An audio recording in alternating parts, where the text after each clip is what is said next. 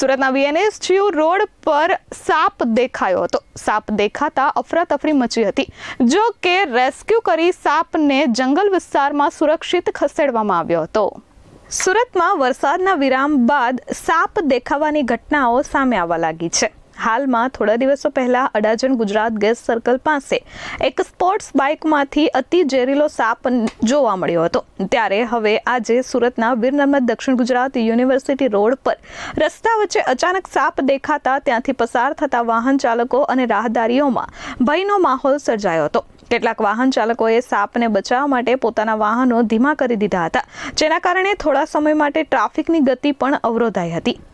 જો કે આ સિઝનમાં સાપ દેખાતા તાત્કાલિક જ વન વિભાગ અને રેસ્ક્યુ ટીમને જાણ કરવામાં આવી હતી અને સાપનું રેસ્ક્યુ કરી સહી સલામત વાતાવરણમાં તેને મુક્ત કરવામાં આવ્યો હતો। Bureau report S24 news Surat.